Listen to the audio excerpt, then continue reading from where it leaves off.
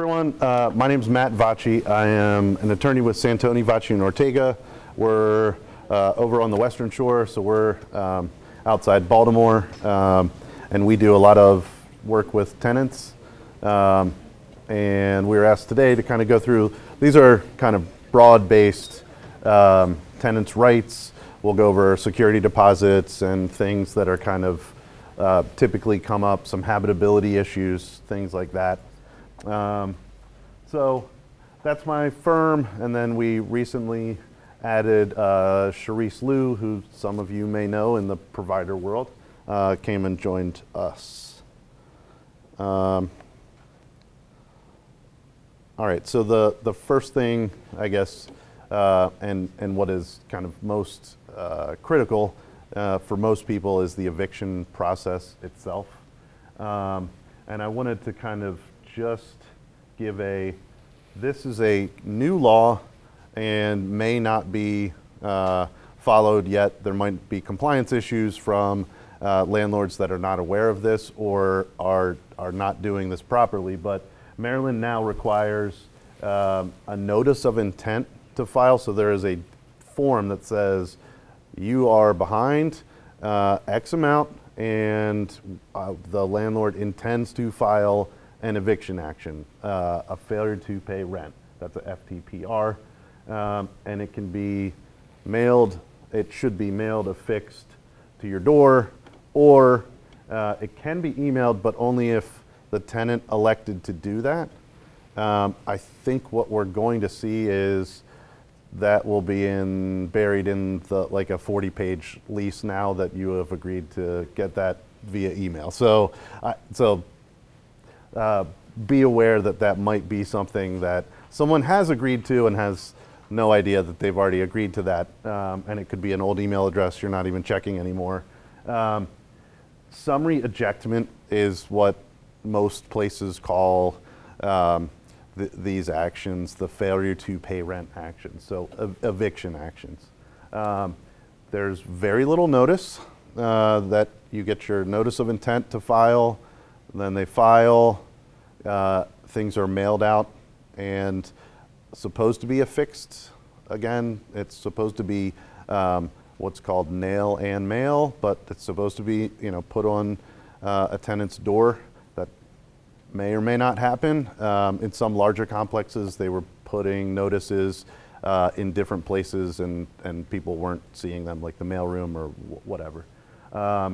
They can be filed by agents, which is different. So there are people that are non-attorneys that can file these, show up on behalf of many landlords and appear in court against hundreds of tenants in one session.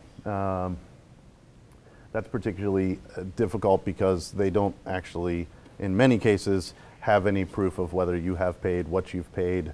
It's just someone sent them there, a computer program sent them there, they're appearing, and they're going to say, according to my records, Ms. Smith owes $1,100. And there's been different studies. This is a very quick process, and tenants most of the time only have 3 or 4 minutes to plead their case. So if they believe that they shouldn't be paying because of the conditions of the property or because there was something wrong with the notice, or they've paid. I mean, like we've seen that a number of times where they say, I really did pay this, and there's a dispute of, I paid, no, I didn't. That's why it's particularly important that if you are facing this process, that there are a lot of providers out there, and to try to get some legal advice before you go in, because those tenants that have lawyers with them do much better, much better in the process. I think the next one, this is the now notice of intent to file a complaint for summary ejectment. So it should have your landlord's names, tenants. It should tell you the past due amounts that they're claiming, the late fees, and then they have to give a affirmation of how they served that. So that is a mandatory, it has to be done before the failure to pay rent can be filed. So that can provide an extra defense as well. This is the top half of a failure to pay rent complaint. Things that are important here are you're going to want to make sure that your landlord is actually the proper party up there. Sometimes it's the landlord and LLC that you are not aware of. Other times it can be the property management company filing, but in some cases we've seen completely different and incorrect landlord names. So they'll just file as Seaside, and Seaside, that may or may not, depending on the judge, provide you with some sort of defense where you say, I don't know who Seaside is, that's not a proper name. They also have to swear aver that they're licensed. Some counties and municipalities now require a rental license. If they do not have the rental license, they are not supposed to be filing in court to repossess the house. So that's a big issue for those places that do have rental licenses.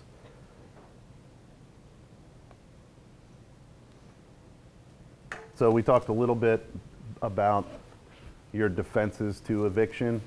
Habitability issues. So those are, and specifically it's life, health, and safety. Those are the three kind of magic words. So those are lack of heat, hot water, vermin infestation, and a lot of times it can be things like there's a water leak that now is kind of taking down some of your walls, ceilings. Those are kind of typical things that we see. You can start a rent escrow if you have those issues. That is a whole nother process. You should be able to, in Maryland, raise these things as a defense in the summary ejectment hearing. But again, 3 or 4 minutes, and in many cases, judges are going to want you to try to open up a rent escrow or say like, well, that's a whole different thing. But the law is those are defenses to your eviction. Licensing, so that was if your landlord is not licensed, so they did not go to the county to get the license that says I can rent this out, it's been inspected, it's ready to go. If they did not do that, they should not be filing against you, and that should be a good defense. Payment, so there's a number of times where tenants come in and they say, here's my payment stub. I paid, it says December 3rd, I paid my rent, and they still get filed on. So keep receipts, keep those things. Illegal charges and fees, that can be one of the big kind of hot button things that in the legal world was, what does rent mean? So rent, in the eyes of those who want it to be as broad as possible, so on the landlord side, they're like, that means everything. That means your water, it means the electricity, that means anything under the sun that I put into the lease that I said was part of your rent, like any fee loaded up.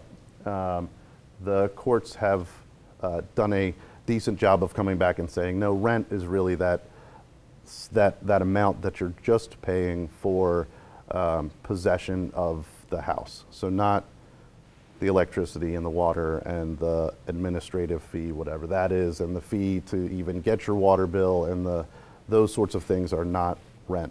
But you'll still see landlords kind of pushing that all into rent. So someone will come in and say, my rent's $1,000, but they have filed this failure to pay rent, and it says my rent is $1,347. Well, they're putting things in there that are not actually rent. Is that always a perfect defense? So you're going to walk out with a win? Maybe not. A judge may say, well, landlord, would you like to amend that down to $1,000? But that's something to certainly be aware of. Allocation issues are, you pay December 3rd, you pay that $1,000 in rent, and landlord says, no, that's actually going to August, because in my books I have that you did a partial payment in August, so I'm now applying that way back to then. That happens quite a bit, and so people don't understand why they're being kind of hauled into court when on December 3rd they feel like they paid December's rent and then they're in court. I think a lot of times what we see are, especially the landlords that write out receipts on the receipt tickets, they'll a lot of times write on their December rent. And that's very good evidence when you go to a judge and say, here's my December rent. They wrote it there, not me, and here's my receipt. So, but be aware that landlords' ledgers sometimes don't reflect what a tenant believes they are paying. A lot. That happens quite a bit. And if anybody has questions, like we're a pretty small group, I don't mind answering them now, so it's fine. Sure. I live in a nonprofit house. Okay. My landlord says she don't have to give me a rent receipt because they're nonprofit. I'm unaware of any exception like that. So I haven't heard that before. Let's see, rent escrow. Rent escrow is a term that people hear, or like, you should open an escrow. So what rent escrow is the tenant starting an action that says, my house is not habitable because, and then goes through and room by room, you say, in the bedroom, there's water coming in through the ceiling. In the living room, I'm seeing mice and roaches. And goes through the house. An inspector is then sent out by the court. So this is a court action started by the tenant. And like I said, judges will often require you to open a rent escrow if you raise it as a defense at the eviction phase. So you show up, you say, I know he says I owe $1,000, but the place is not habitable. There's water coming in everywhere. I'm living with boa constrictors, whatever it is. And the court will say, well, that's fine, go over and open up a rent escrow. So you have to go through and give a statement of what's wrong with the house. It has to be those life, health, and safety violations. So there can be, I would say, quite a bit of things that are not great about the house, but don't meet that standard where, it just has to be something that really impacts the person's life, health, or safety. So, your breathing, your, cleanliness, those sorts of things. So vermin, those are, roaches everywhere. The water coming in with big, mold all over the place. Those are kind of the things that get you into rent escrow. It's not the things where it may really be difficult for the tenant. Always out, and I don't think that that's right. Whatever, this service is never provided. Those sorts of things are not going to meet the threshold. When you are in front of a judge, you have to put in your rent into the court. So in a lot of cases, they will say, okay, fine, you filed this rent escrow case, put your $1,000, your rent, into the court system, and then we will send an inspector out and have a hearing and decide where that money goes. So is the tenant right? Is the landlord right? Is it a little bit in between? The point of rent escrow is to get, the point why it was started was to get landlords to fix problems. So an inspector comes out and says, yes, there are these 3 life, health, and safety problems. The landlord has to fix them within 30 days. You come back into court, was it fixed or not, is really the main issue. And while this is going on, the tenant has to pay their rent into the court system. And that doesn't sound necessarily unfair. The issues being in a lot of cases, because there's life, health, and safety problems, that person has been staying at a hotel, finding another place to live, spending extra on gas, not being able to go to work, those sorts of things. So it's impacted their life. And so now I can't pay for the hotel over there and my rent into escrow. And so that is a difficulty that I think for everybody who's either a provider or support system should be aware of, that the court is going to require that that money come in every single month while this process is ongoing. That's the goal, is a quick resolution. Over the past few years, I think quick has slipped into, whenever inspectors and things, it's been very difficult with court closures, courts reopening, those sorts of things. So it's not always as quick and effective as maybe we would like it to be.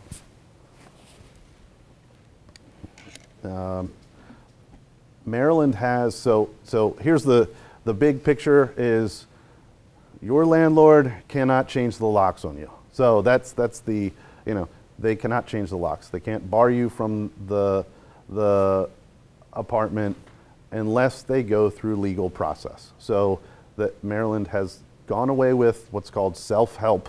So a landlord may threaten it. They may say, I'm going to change the locks on you. I'm going to, lock you out. I'm going to do this and that. But they cannot legally do that. Do some landlords do that?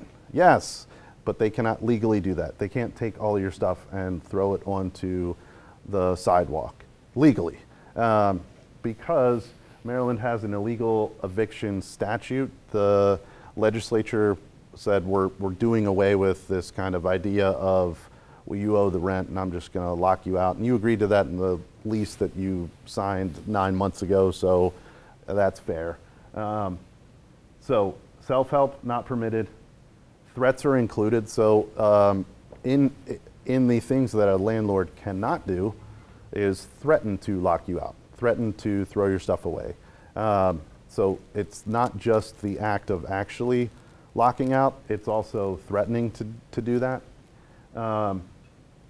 There's also, they can't retaliate against tenants. This is something that I think probably happens more than everyone in the room would like, but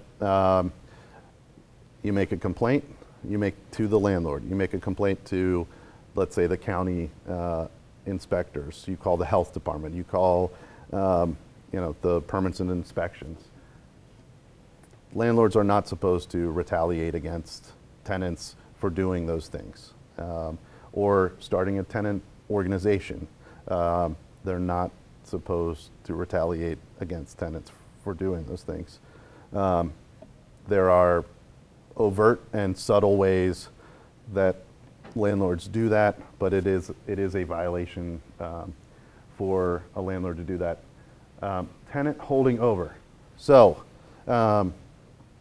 here is the actual process, other than a failure to pay rent action.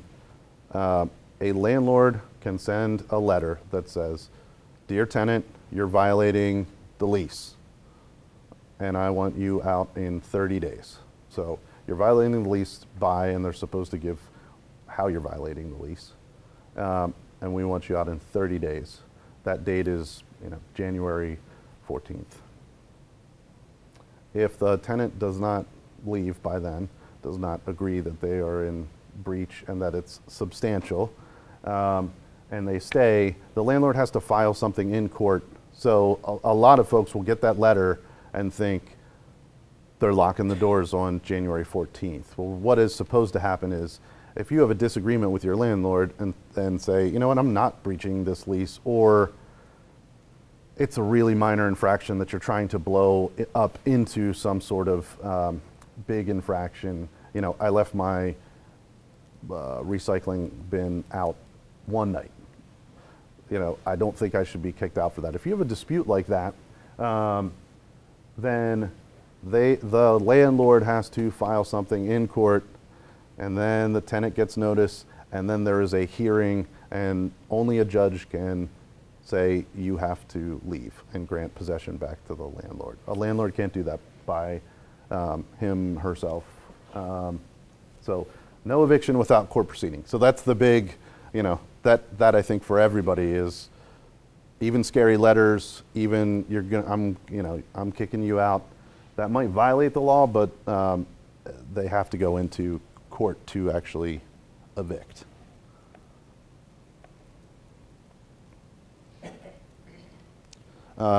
So security deposits, I think that security deposits are an area in which there is a law trying to give the tenant some leverage back to get back your security deposit. But once you have given that security deposit over to a landlord, in a lot of cases, it's very difficult to get that money back. It's, you gave it 2 years ago when the lease started, and in our experience, many landlords will look at that as like that's an additional fund in which they get to keep that money at the end.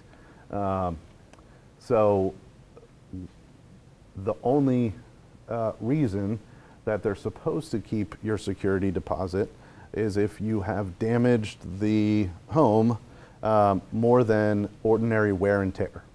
So that's, the devil's in the details, so it's what is ordinary wear and tear. And in the eyes of different people on different sides, it'll be wildly different. But I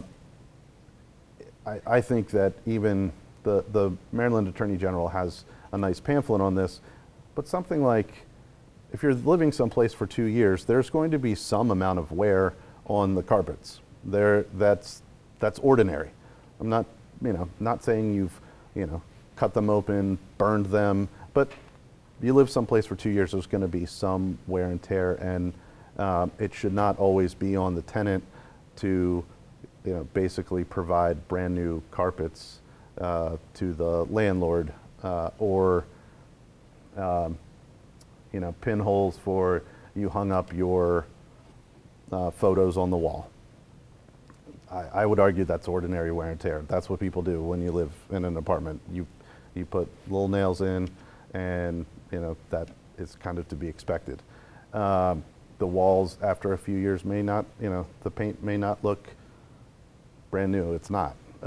So these are things that a lot of times on the back end we see, oh, well, they said they had to repaint the house and that was $800. And then they said that the living room needed new carpet and that was $450. And now not only did the landlord take the security deposit, but they say I owe $500. So this is an area where I think that a lot can be done for tenants, and it's probably something that the providers and those legal service providers that are in court, we as a group really need to do some education on that. This is a pattern and practice. Like they're keeping too many people's security deposits, despite the fact that there is a security deposit statute. And there it is. You only have to pay 2 times your monthly rent. That's the tops that you can be asked to be paid. You have to get a receipt. It has to be put into an interest-bearing account.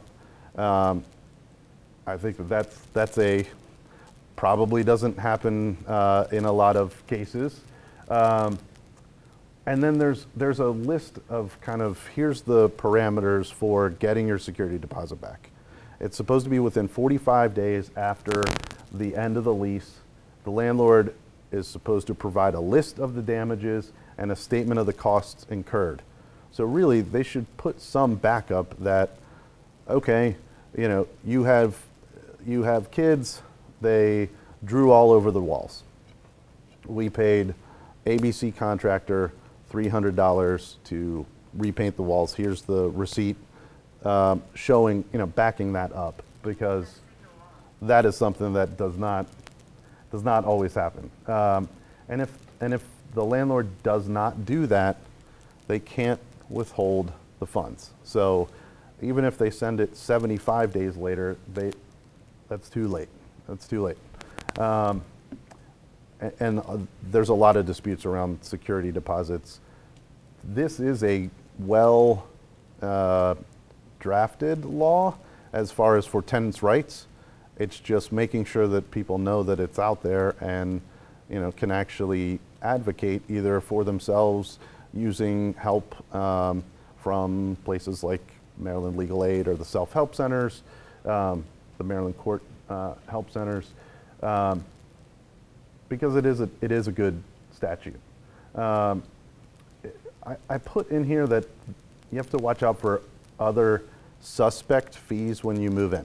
So in Maryland, there's 2 fees that are discussed in the landlord-tenant statute. You can do an application fee and you can do a security deposit. So those, like, before you move in, that's what you can pay.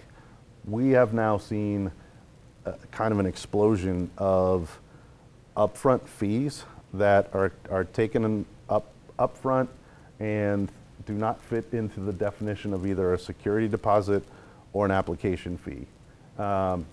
So administrative fees, holding fees, these things where, you know, bigger places will say, oh, you want a place for February? Well, it's $200 for the holding fee.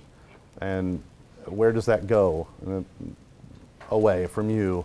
The administrative fees, there's an administrative fee of $150, and that doesn't fit any of those definitions, and then they don't have to, their view is they do not have to give that back to you because it's not a security deposit, it was just administrative. So I think that that's an area that many in kind of industry are looking to, you know, add in fees that kind of used to be services that everybody expected, like, you know, here's your set of keys because I pay rent, and now it's, you know, oh, did you pay the key fee, and like, oh, you wanted to move in on the 1st of the month? Well, there's a special holding fee if you want to move in then. So they're kind of adding to their bottom line that way. There's a really good security deposit interest calculator. So it's a Google away where it's, you know, Maryland security deposit interest. The landlord has to pay interest as long as it's being held for more than 6 months, and the law is difficult, and so thank goodness there's a calculator that you just put in. I gave $500 on November 1st, 2021, and now it's, you know, December 15th, 2022. How much interest am I owed? And it will tell you that exactly.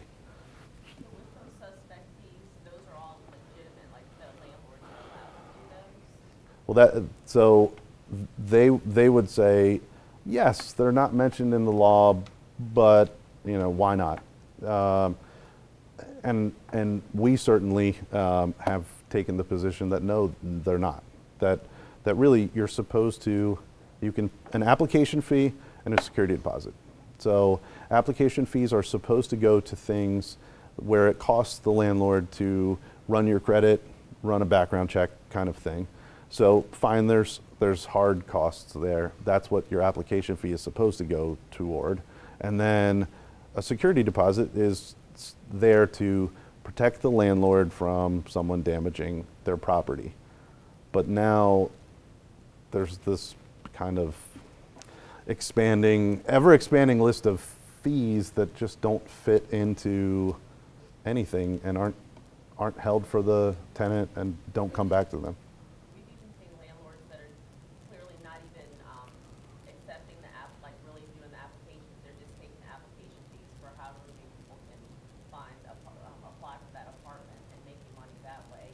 Yeah. No intention to really rent it out to anybody too. So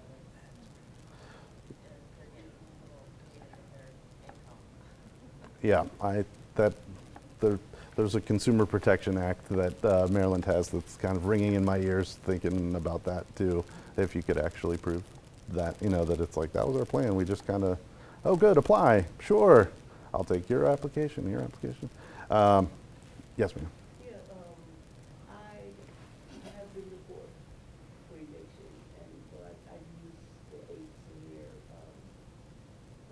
Legal aid, and the judge will Okay. July, Okay. September, the landlord has started doing the same thing, writing me up, you know, giving me more violations. Mm-hmm. It's like, when is this gonna go away? I know you had mentioned the retaliatory eviction, Yeah. you know, always finding something wrong, there's always something wrong. Well, I think so. So when we talk to clients, I guess the hard part is we can only control what we do. We can't control what they do. Now, legally, if they're violating the statutes, then, you know, I would talk to whoever you're talking with at legal aid. But, you know, are they going to do things that are very upsetting? It sounds like it. Legally, can you push back? You might be able to as well. But getting someone to stop a bad business practice or something that is obnoxious, retaliatory, you know, upsetting to your life is very difficult. It is, you know, and it's a tough thing. But the lawyers usually can, in good cases where someone says, I'm sorry, I didn't know that I could do that, or I can't do that, a landlord. In other cases where it's more nefarious, you're going to wind up likely back in court fighting over it. So it's tough. It's tough. All right.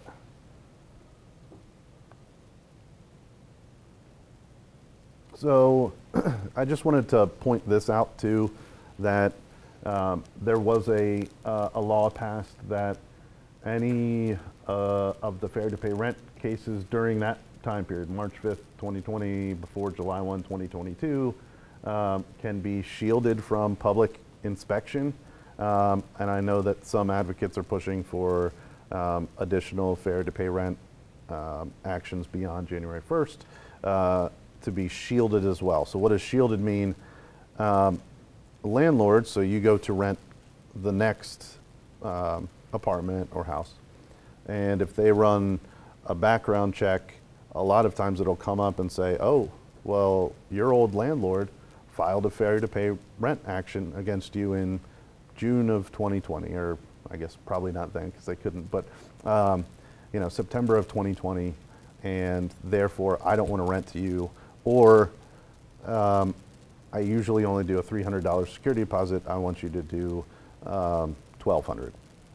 So there's real issues with people's rental history. So everybody knows about their credit history.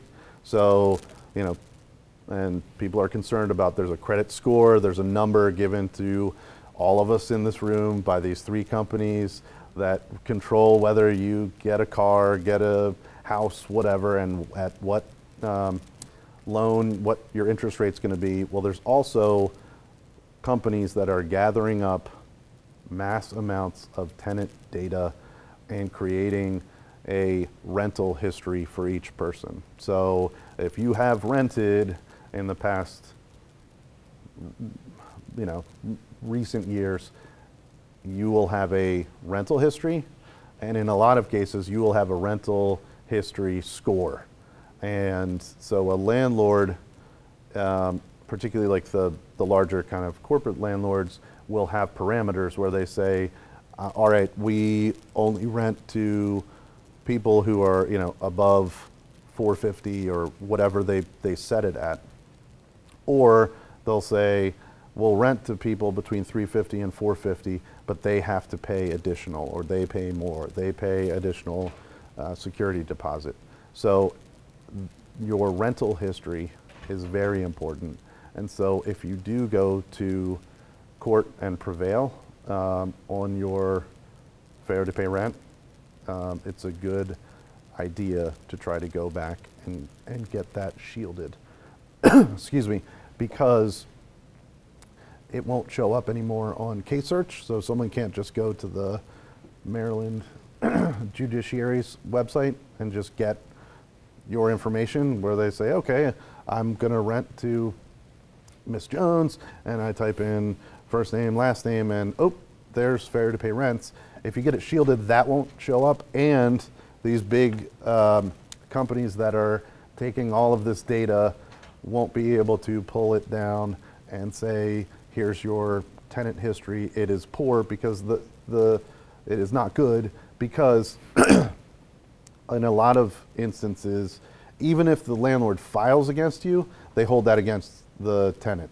So the landlord can be absolutely wrong. The landlord, you paid your rent, they filed against you anyway, and it can be held against you in your rental history. It's a real issue, and it's a real issue in Maryland because we have such high filing rates for eviction. Our eviction filing rate is sky high as compared to other states right around us, as compared to New York, as compared to New York City, places where you'd think, well, that's a big city with millions of people. It's like Maryland will outdo New York City this year. So it's a real issue. And I think it's going to become more and more of an issue for people as the idea of your data trail, they're only tracking you more, not less. I have a question. Sure. Is the rental history score, is that a thing now, or so it's happening now? Oh yeah. Oh, okay. Oh yeah. And then I this think I goes was back a little bit, but the notice intent to file, you said they have 10 days to pay before an FTPR can be filed. So is that 10 days of receipt of the intent to file? Like it actually being in the tenant's hands, or from when the landlord says that they gave it or mailed it or whatever? I think it's probably, yeah, I think it's probably starts running from mailing and affixing, because they're supposed to, I think. We can talk after and I can look up the law, but I think that it goes that way. Okay. Oh, the Fair Credit Reporting Act. So I was just talking about this. So we have had absolutely this happen. Tenants come in and say, I got this letter that said I was rejected from renting, and they said it was because of my rental score from this big company that's been gathering up my rental information. We've had it where tenants were rejected when they had paid their rent, the landlord filed, and it was improper for them to file, and they still had it held against them. It is a major issue. And then in a lot of cases, well, not in a lot of cases, in some cases, there's mixed files, so that can be a really big issue. So, your name is John Smith, and there's another John Smith in Talbot County that doesn't pay rent, doesn't pay bills, is wanted in 3 states. And if you get your history mixed up with that John Smith, that's going to be a big problem for you. So call a lawyer. If you are rejected for renting, the landlord is required to inform the tenant of the denial and the reason. They don't always do a great job of that. Sometimes the forms are just these boxes that just says rental history, and you're like, well, what about the rental history? So, did you have a question? Oh, okay. Where do tenants find that rental history? Okay, so so unlike the credit reports where there's 3 companies that really control the whole industry, that's Equifax, TransUnion, and Experian. The rental history market is a little bit more wild, wild west. There's some really large companies that do it. So if a tenant wanted to check their rental history, I would start with those. And they have to give the information in your file to you if you request it, just like a credit report. So you can do that. A lot of times it's on the back end when a tenant has received the rejection that says, we pulled your what blah blah ABC company report, and it had negative information, and then that triggers a period of time in which the tenant can get that information. So it is more difficult, but there's some really big ones that you can start out with. Do you know how long that follows you? Like if you're evicted from an apartment, how long that would follow that person? You know, I don't know for certain. I don't. I know that on credit reports, it's 7 years, things rotate through, so. Yes, ma'am. If it actually, like some landlords, as part of their policy, if 5 years or 10 years, they start the process. Mhm. It's on Maryland case search. Mm-hmm. And so it stays there. And there'll be lines and lines showing, every month that you ended up pulling, that a court notice was filed because you were late in your rent.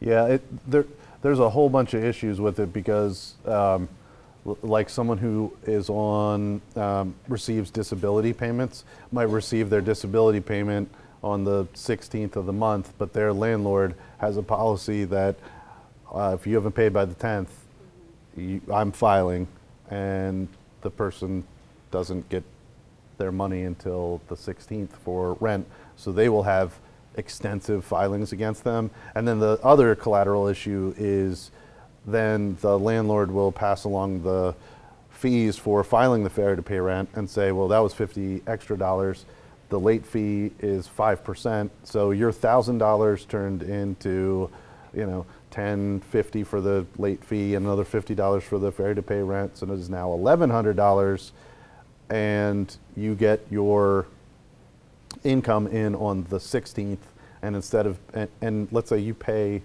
every single month, but essentially your rent is now $1,100, and your rental history is going to be a mess.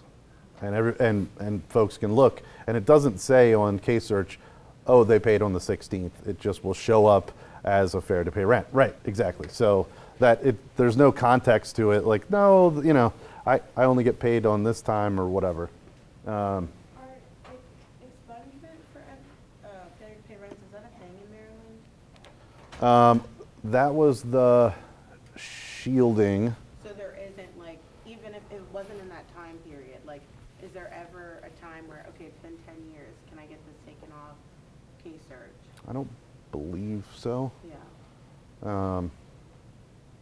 You might be able to make a shot at it. Yes, sir. I'm with the Maryland Court Health Center. Oh, there you go. Some people file, have it sealed. Yeah. Different standards. Yep. You have to save the farm that's there, and a lot of it is they homelessness. That's what we've been doing. I don't know how successful, but it's really kind of the best thing that we have available right now. Yeah. Thank you. Right. So, like, unlike the kind of the decent laws that we have, where you can say, here's these crimes with, other than kind of arson and some, and beyond, where I can automatically go, or I can go in front of the court, you do have to file a seal. I've had it, and I've had them sealed before. So it's not like it's not impossible. So I don't want people to think like, gosh, that's impossible. You can do it. So, yes, ma'am. About that, how often should your rent go up? Does it go up every year? So unfortunately, Maryland as a whole doesn't have any sort of cap on how much your rent can go up. It shouldn't go up during the middle of a lease. Sometimes that happens where it's only month 4 of your 12-month lease. A landlord will say, well, it was $1,100 last month, it's $1,200 this month. Well, they can't do that. But there's no cap statewide. I think there's maybe 1 or 2 jurisdictions that have some sort of cap on how much the increases can be, but they can do it every year if you sign a year lease. And it can be a really shocking amount that can be demanded from you. And in some cases, I think that also fits back into retaliation, where if you want a tenant gone who's, who keeps complaining, you say, well, last year it was $1,000, this year it's $1,800, and that person can't pay that much money. There's your rental history report. It just shows like, oh, there was a claim filed against you, and so that's what follows you around. So what we do a lot of times is also I've been mistreated, there's been issues, I want to go and sue my landlord. So these are the kind of things that for those in the kind of legal services, these are the, I guess, kind of the top 5 that we kind of came up with as far as things that we see over and over and over again. So false advertisement can go all the way through, if let's say an entire building is rodent infested, has been for 3 years, and they keep bringing people in, and as part of that, when you move someone in as a landlord, you are making an implied warranty that this place is habitable, and you're bringing people into an area you know has roaches and rodents. So it doesn't have to be a bait and switch where the advertisement said it was $1,200 a month, and you show up and they say, well, it's $1,500. I mean, that's what people, I think of false advertisement, or it's 1,000 square feet and you show up and it's really 300 square feet. It can also be conditions. The conditions-based issues, the big ones are water intrusion leading to mold, roaches, rodents, rats, those sorts of things. Those are really what we hear over and over and over again, and that things won't be done. Sewage backups, so the pipes don't work and like everything's coming back up. So we hear that quite a bit too. The debt collection violations, so there's a whole law in Maryland and federally that there are certain things that can't be done when a landlord, or if a landlord hires an attorney or an agency to try to collect debts, there's certain things that they can't do. Ways in which they can't harass you, they can't seek fees that aren't actually due, those sorts of things. Fair housing, so that's very broad, but discrimination against tenants based upon protected status, race, color, religion, national origin, and I think the law says sexual orientation, but those can also have local laws that are much more expansive than that even.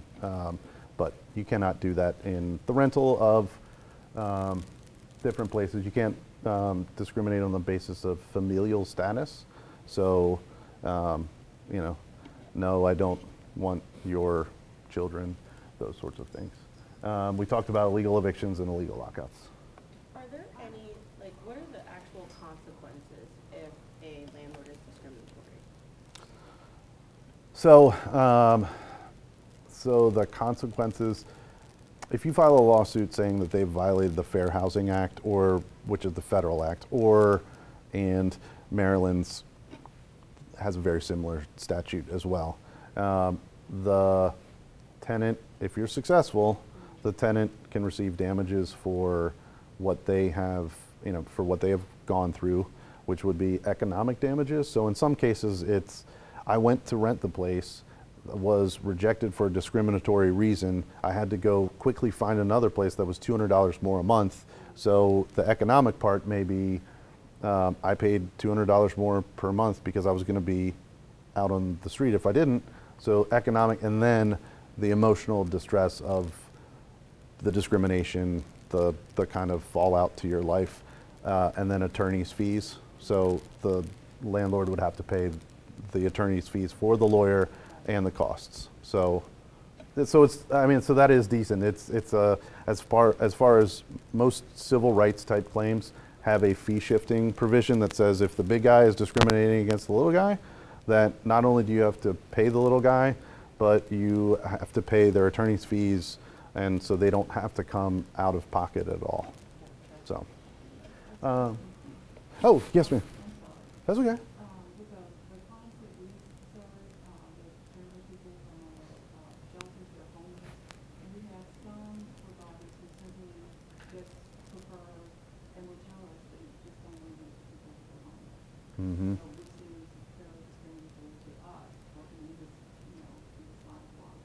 So what could we do, because if we feel like some of our clients are being discriminated because they are homeless?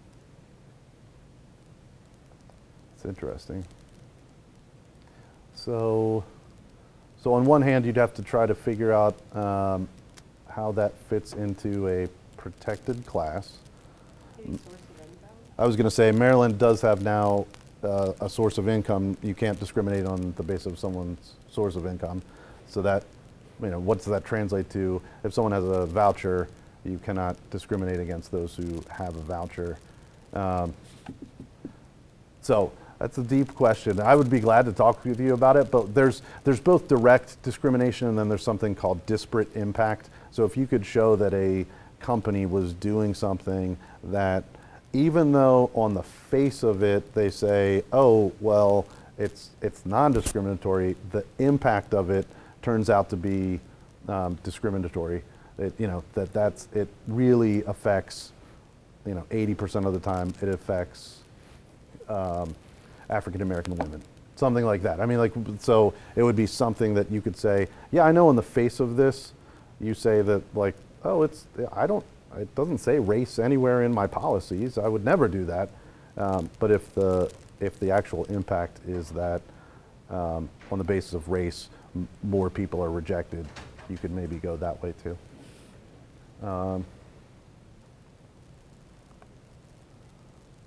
These are just some of the listings where it's like, okay, turned out maybe there wasn't central air. So habitability, we do a lot of rodent cases. So we have a lot of photos of rodents and droppings and squiggly things in traps and whatnot.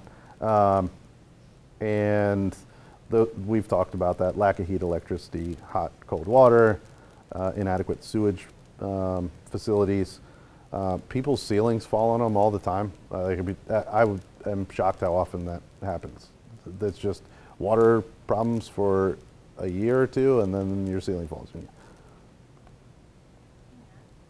Yeah? Can I ask you a quick question about electricity? Mm-hmm. Mm-hmm. You have these tons of old buildings in Mm-hmm. communities here in Easton, and a lot of times the electrical systems are very old and they don't support the modern appliances. Oh, yeah. Right, so you can't run the refrigerator and the microwave at the same time. Right. Things like that. Right. I'm curious to know if you have any thoughts on how that relates to habitability, or just safety of Right. old electricity that, I don't know, maybe these are old houses that could be in boxes. Sure. All right, so thoughts off the top of my head are, boy, that's a tough proof issue, because if I'm put on landlord attorney hat, it's like, we're providing electricity. It's 100 amps, and I'm sorry that some people have moved on in the world and have 200 amp service that would support your laptop running and a heating source and the fridge, but this is what it is. The house was built in 1920. So that's what I would come back with. On the safety side, I think that if you wanted to start really making those claims in kind of to push as an advocate, I think finding an expert that would be willing to go in and say, this isn't safe, is really what I'm thinking is you need to find that expert that can say, I'm an electrician, or whatever it might be. Their fire safety might even be their expertise. You find that person. So that would be a really cool grant, maybe. I don't know. That would be cool. you know, on a real safety issue, that might be a decent way to go about it.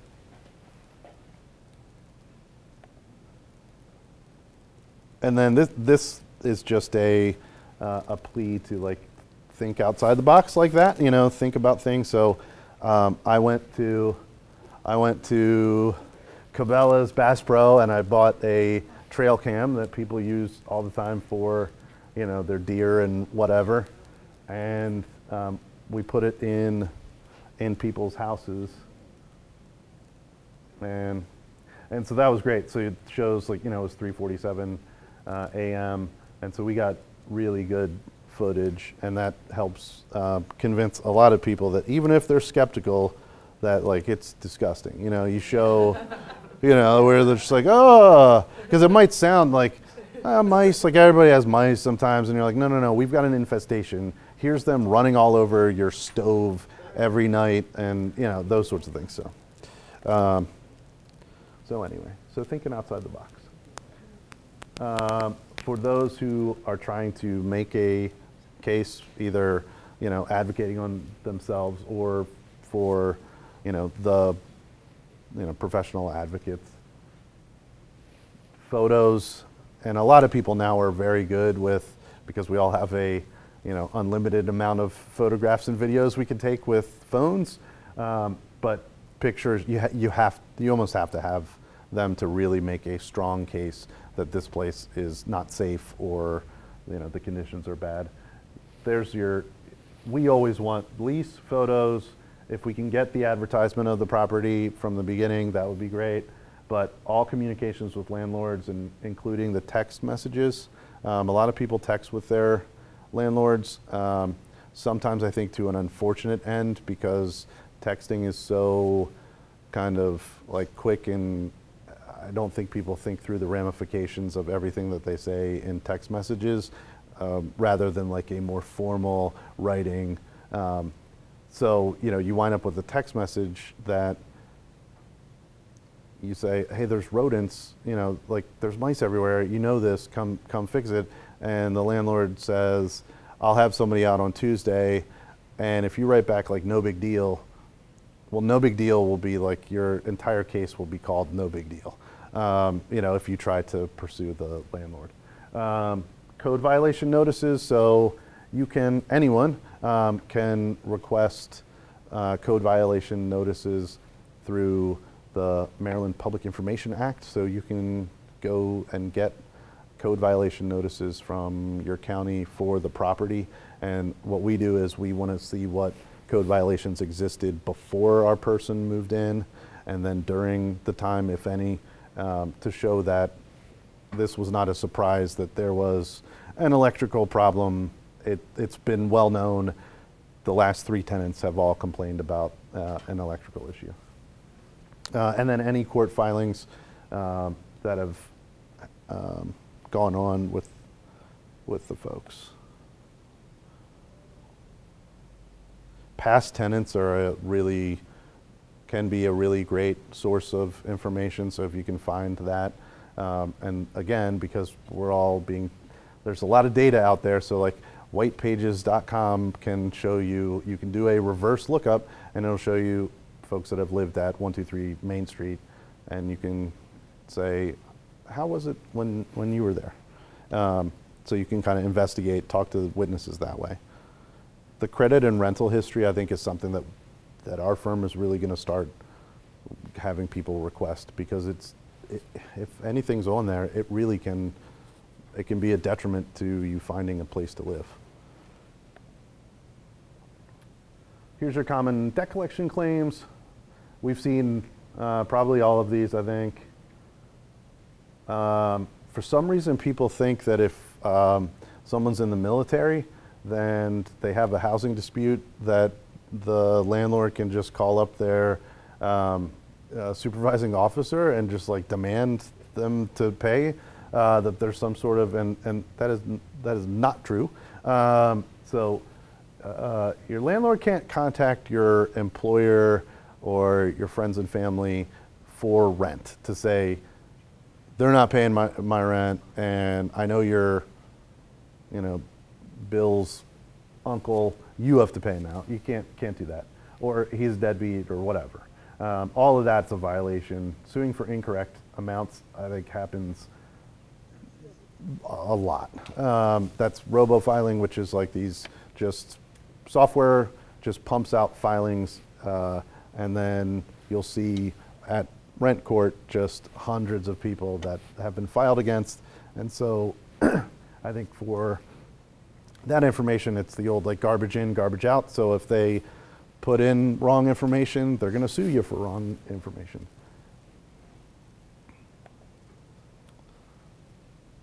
Each landlord is supposed to keep a ledger. So you're supposed to be able to say, let me see my ledger, and get a copy of your ledger, which is a running charges and payments, so showing the back and forth of what is actually owed. There can be a whole bunch of issues, and did you agree to the court filing fees, agent fees, all those sorts of things. And then the fair housing, which we talked about. Realtors and landlords are common defendants, so really someone who's involved in either making a discriminatory statement or doing the discriminatory act. So if a realtor was to say, oh, this landlord doesn't accept vouchers, they cannot do that, because in Maryland now, you can't discriminate against people based on source of income. So so many times the realtor will say, well, that's what the landlord told me to say, but I briefed that out last year, where there's just certain things that it's kind of wild. If my client told me to violate the law, I'd be like, no thanks. So, you know, like one of those where if, you know, you take it to the next level and you're like, no, I won't say that. So, so those are people to look out, and that's for rental, buying a house, anything involved with that, getting a mortgage, housing assistance. So, and I think I made it. Yeah. All right. Awesome. So I'll stick around for a little while if anybody has questions or wants to talk.